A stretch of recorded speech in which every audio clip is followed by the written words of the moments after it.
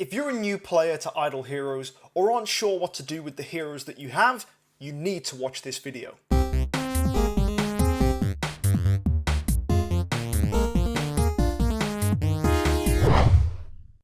Hey guys, my name's MKxJUMP and I'm an Idle Heroes YouTuber. This is the second video in my series of mastering Idle Heroes.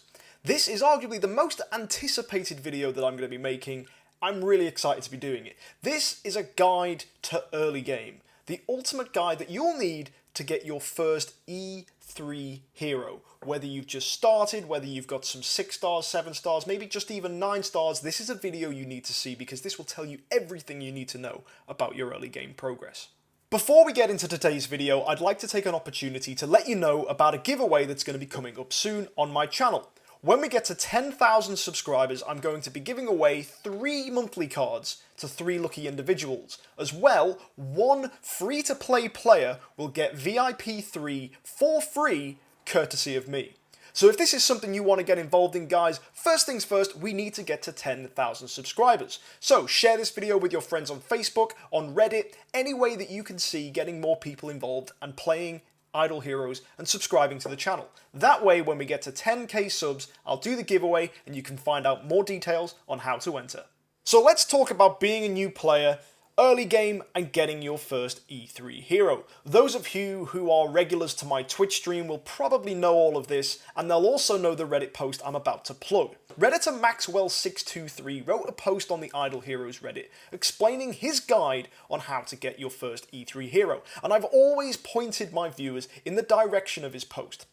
But I thought, sometimes that's just not enough. So guys, I'm going to make a video where I apply his ideas with some of my own and give you guys a solid way of getting yourselves your first E3 hero. If you want to go check out his Reddit post, you can find it in the description below. So what do you need to know? Well, an E3 hero requires a lot of time and patience and strategic thinking to get to. It requires a lot of resources, and if you mess around and don't do something in an optimal fashion, you can halt your progress. An E3 hero requires 1 9-star to get to 10-star, another 9-star for E1, another 9-star for E2, and a 10-star for E3, which is basically equivalent to 2 more 9-stars.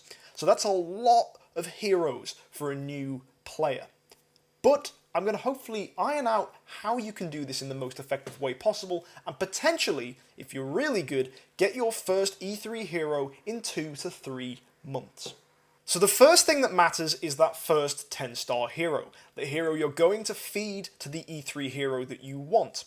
This 10-star needs to be a hero that isn't one of the best heroes in the game, because you're going to want to use them as food, but it also needs to be a hero that's good enough to get you progress in Aspen Dungeon, PvE and PvP. So let's have a look at the heroes that don't quite make it to the top of my tier lists and see which ones could be the best. By removing the top few tiers of PvP and the top few tiers of PvE, you'll see we end up with a list of heroes at the bottom. We want heroes that fall into the bottom of both of these lists. The heroes that fulfill this are Bade, Bloodblade, Walter, Corpse Demon, Kameth, Iceblink, Starlight, Gru, Karim, Queen, Dantalion, Cthugha, and King Barton. Now first, I'd actually like to remove King Barton from this list because he actually makes a really good first E3. So let's take him away. Next, I want to remove heroes that don't perform well on their own and are more support or CC based. The ones that really stand out like this are Kameth, Iceblink, and Walter. So let's rank the heroes that remain. Karim and Starlight are arguably the best 2 heroes that go into this category. The reason being, Karim, when heroes die, boosts himself and manages to heal himself. He's really good for Aspen Dungeon, he's really good as a standalone hero in PvP, and he also deals a fair amount of damage in PvE as well, and can do quite well in Seal Land. Starlight is exactly the same, but it's when your team dies. So when you have lower heroes, which you will when she's your only 10-star, she will get boosted and deal a lot of damage. She also has a massive damaging active skill, which is super useful for PvE, and she heals herself when heroes die, which is brilliant for Aspen Dungeon. Next, we've got Bloodblade, Dantalion, and Cthugha. These all have some form of self-sustain, good damage over time, and perform well across the board. They're not as good as Karim and Starlight, but are still decent heroes. Next, we've got Corpse Demon, who's alright for tanking through Aspen Dungeon. We've got Bade, who deals a lot of burst damage. We've got Queen, that also deals a fair amount of burst damage. And finally, Gru, who is in a similar situation to Corpse Demon in that he doesn't deal much damage, but they're very tanky and difficult to kill, which is very useful for Aspen Dungeon and Seal Land and different things like that. So building a 10-star, besides all the other things that you need, requires 5 copies of the selected hero. This means you don't want to commit too soon to one of these heroes on the list. Let's say, for example, you go for Starlight but only manage to get 2 copies, and in the meantime you manage to pick up 5 copies of Bloodblade. You'll be kicking yourself that you didn't go for Bloodblade, and you'll be terribly disappointed.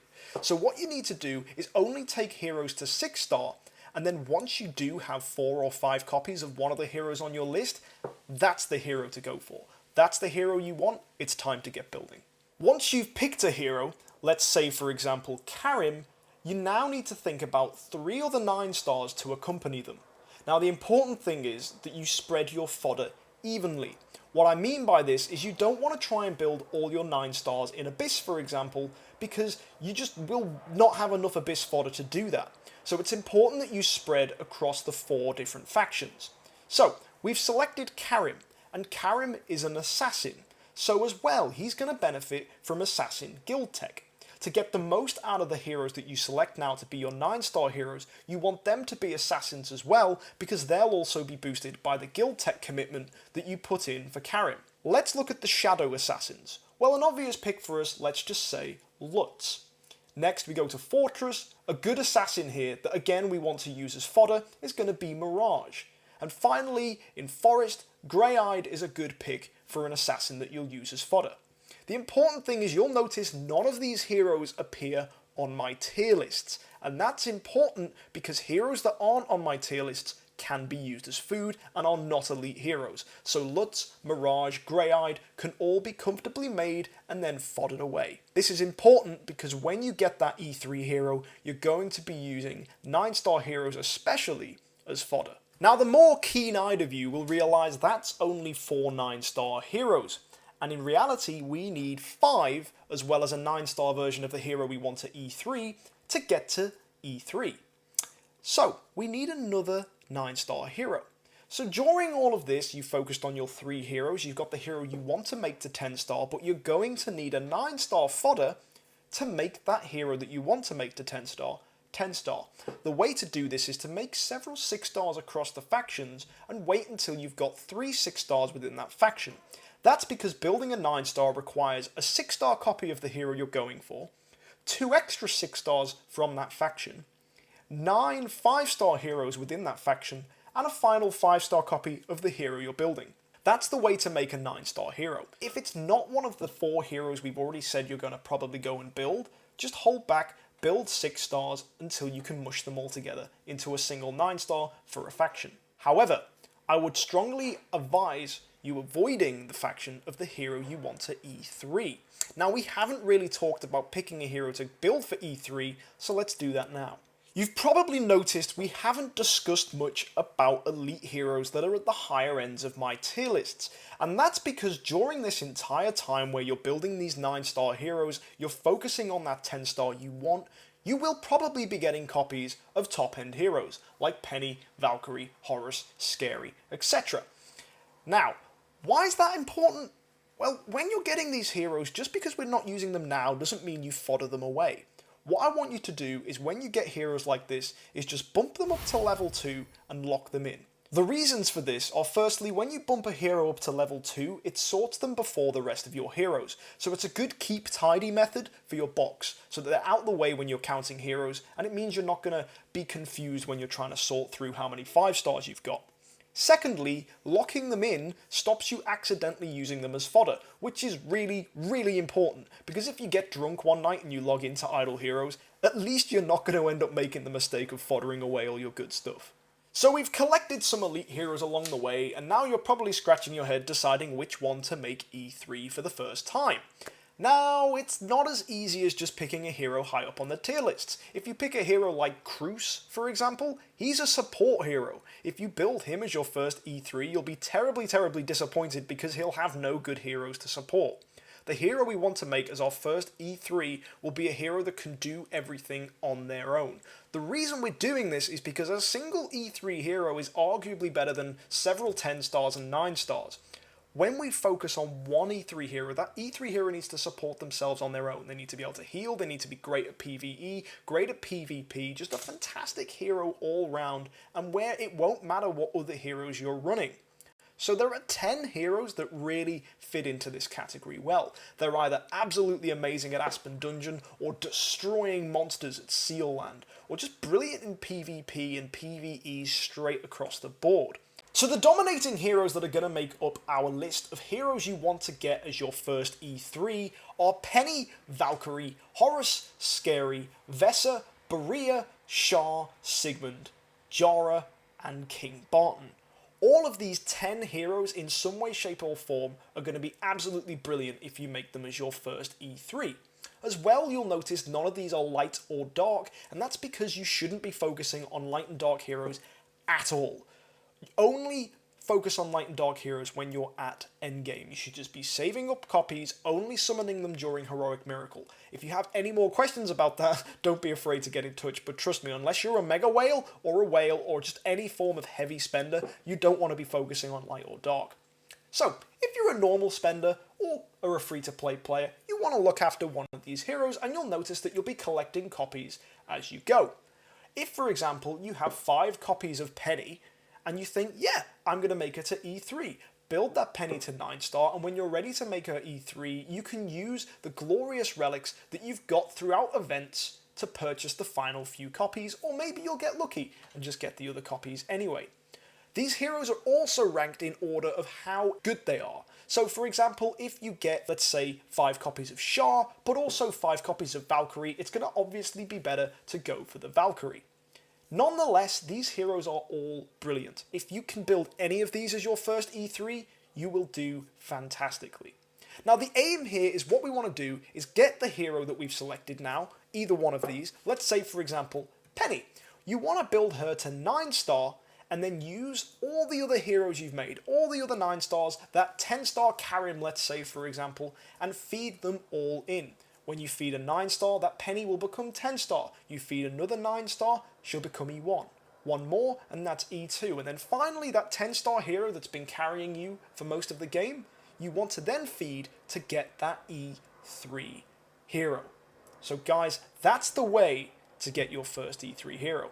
Once you've done this, you want to reset your guild tech for the hero that you originally were using, and then put it all into the class for the hero that you've now selected as your E3 hero. And the good thing is, when you first reset a class for guild tech, it doesn't cost you anything. No gems at all. Once you do this, guys, you will find that your E3 hero is outperforming other people's 10 stars and 9 stars. If you have one E3 hero, the value you get from that single unit alone is scores and scores better than several 10 stars. You will be dominating lists of PvE damage. You'll be annihilating people who have spent similar amounts of money to you in PvP, and you will feel on top of the world. If you take everything I've said in this video and use it to get your first E3 hero, you will get an E3 hero quickly, effectively, and you will dominate the other people who have spent a similar amount to you. If you guys have found this useful, or you want to get in touch, don't be afraid to like, subscribe, and comment down below. As well, remember guys, I'm doing a 10k sub giveaway, so share this video with your friends. People that are new to the game really need to know the best way to get their first E3 hero, and this video has just told you everything you need to know.